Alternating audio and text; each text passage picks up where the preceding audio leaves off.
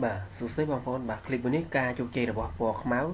គឺទទួលបានដោយសារការប្រើត្រីក្រឡាច់ដ៏ពិសេសមួយឃើញទេអញ្ចឹងក្នុងខណៈដែលឡើងក៏អត់តន់អស់គឺខាងអក្សរគ្រោះថ្នាក់មែនទែនដោយសារថាគេប្រើត្រីក្រឡាច់អញ្ចឹងដោយសារថាត្រីចុងក្បាលនេះគឺវាមានលក្ខណៈពិសេសមួយដែលហៅថាធ្វើឲ្យចែងចំណាប់ត្រីទី2របស់ពណ៌សតែបើគាត់តែមកចិត្តវាយណាអញ្ចឹងគាត់ចិត្តលក់ត្រីរហូតដល់គាត់បោះហោងត្រីទី2មួយដែលត្រីទី1របស់ពណ៌សអញ្ចឹងចាក់កលាច់បែបណាដើម្បីទទួលបានជោគជ័យក្នុងគណៈដែលខាងសជាប់ជើងទូកចេញមិនរួចយ៉ាងណាអូខេបាទអញ្ចឹងគាត់ចាក់ដូរតែម្ដងបើសិនមិនព្រមដូរជាមួយគាត់តែយើងមិនអីទេគាត់ចង់សង្គ្រោះត្រីគៀនជាងមកគ្រាប់តែប៉ុណ្ណោះឃើញទេ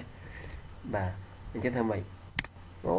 ចាក់ធ្វើបាបគាត់ចាក់បច្រាស់មកវិញបាទតែកុំភ្លេចថាត្រីវិញទូនេះមិនចំណងទេបាទព្រោះថ្នាក់បំផុត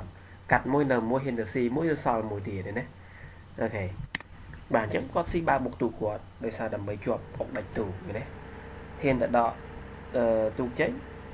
មកចង់ចាប់ត្រីទៀតគាត់មកស៊ីរៀលមកខាងនេះមកជុំទៀតណា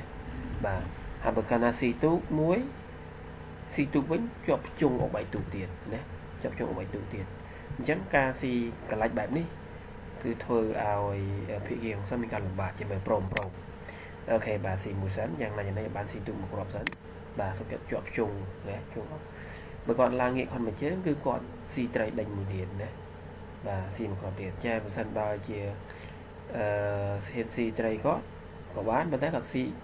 មានទៀតជាប់ជុងសងខាងទៀតណាមានថាស៊ីជាប់ដោយយកសេះស៊ីការអុកបាទជុងឲ្យជុងអុកបែកទូទៀតណាមិនឲ្យស៊ីសេះជុងអុកបែកទូអូខេចាំគាត់ថាយ៉ាងម៉េចបាទជំរឿគាត់គឺត្រូវតែទូកដូរកោលបាទអុកផងណាឡើងលើបាទស៊ីទូកបាទមានថាទូកស្មើនឹងកោលអញ្ចឹងយើងឃើញថាពេលនេះគាត់ព្យាយាមចាប់ទូកណាដោយសារថាអាចចាប់បានតែមើល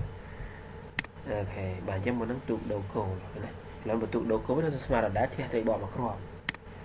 បាទឡើងដេញកោលទៀតបាទអូខេយើងឃើញថាឡើយនេះកោលដូរត្រីទៀតដែរទូកដូរកោលកោលដូរត្រីអញ្ចឹងមានថាស្មើទូកដូរត្រីណាទូកនេះតម្លៃស្មើត្រីមួយទេហើយបានកន្លៃឈ្នះមកបកទៀតអូខេបោះសេះឡើងដើម្បីភ្ជុងដែរ